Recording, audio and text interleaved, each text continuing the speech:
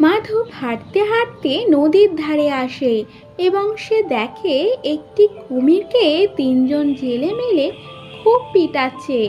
এ কি, তোমরা সকলে মিলে কুমিরটিকে ওভাবে মারছো কেন? ও তো তোমাদের কোনো ক্ষতি করেনি, তোমরা ওকে ছেড়ে দাও। কে হে ছোকরা?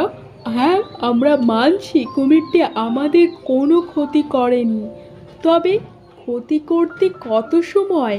আমরা রোজই এখানে মাছ ধরতে আসি, না জানি কোন দিন আমাদের আক্রমণ করে বসে। জেলে দাদু, আমি তোমাদের কথা দিচ্ছি কুমির বন্ধু আর এই নদীর আশেপাশে আসবে না।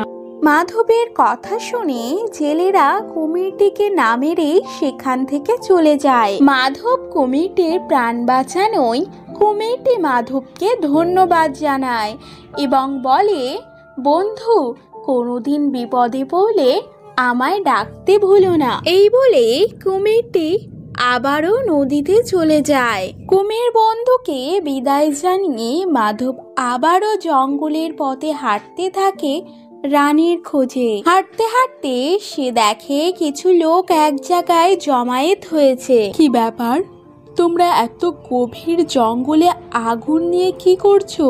কে তুমি বাবা? তোমাকে তো আগে এই জঙ্গলে দেখিনি, আর তুমি ওই গাছটা থেকে সরে এসো বাবা।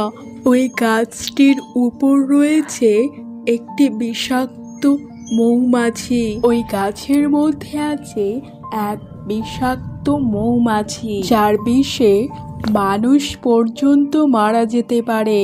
তাই বাবা সাবধান, যখনই চলাফেরা করবে তখনই হাতে আগুন নিয়ে রাখবে। আগুন থাকলে বিষাক্ত মৌমাছি তোমার কিছুই করতে পারবে না। এই বলে প্রতিবেশীরা চলে যেতেই মাধব ঠিক করে লোকজন নিয়ে এসে আগুন দিয়ে পুড়িয়ে মারবে বিষাক্ত মৌমাছিটিকে। মৌমাছি রাখালের কথা বুঝতে পেরে রাখালকে বলে, না বন্ধু, এমন কথা মুখেও এনো না, আমাকে মেরো না। তুমি বিপদে পড়লে আমায় স্মরণ করো, আমি তোমায় বিপদ থেকে উদ্ধার করব বন্ধু। তারপর মাধব হাঁটতে হাঁটতে এক বিশাল নদীর ধারে এসে পৌঁছায়। মাধব ভাবতে থাকে, বিশাল নদী আমি পার হব কি করে? তখনই কুমির বন্ধুর কথা মাধবের মাথায় আসে।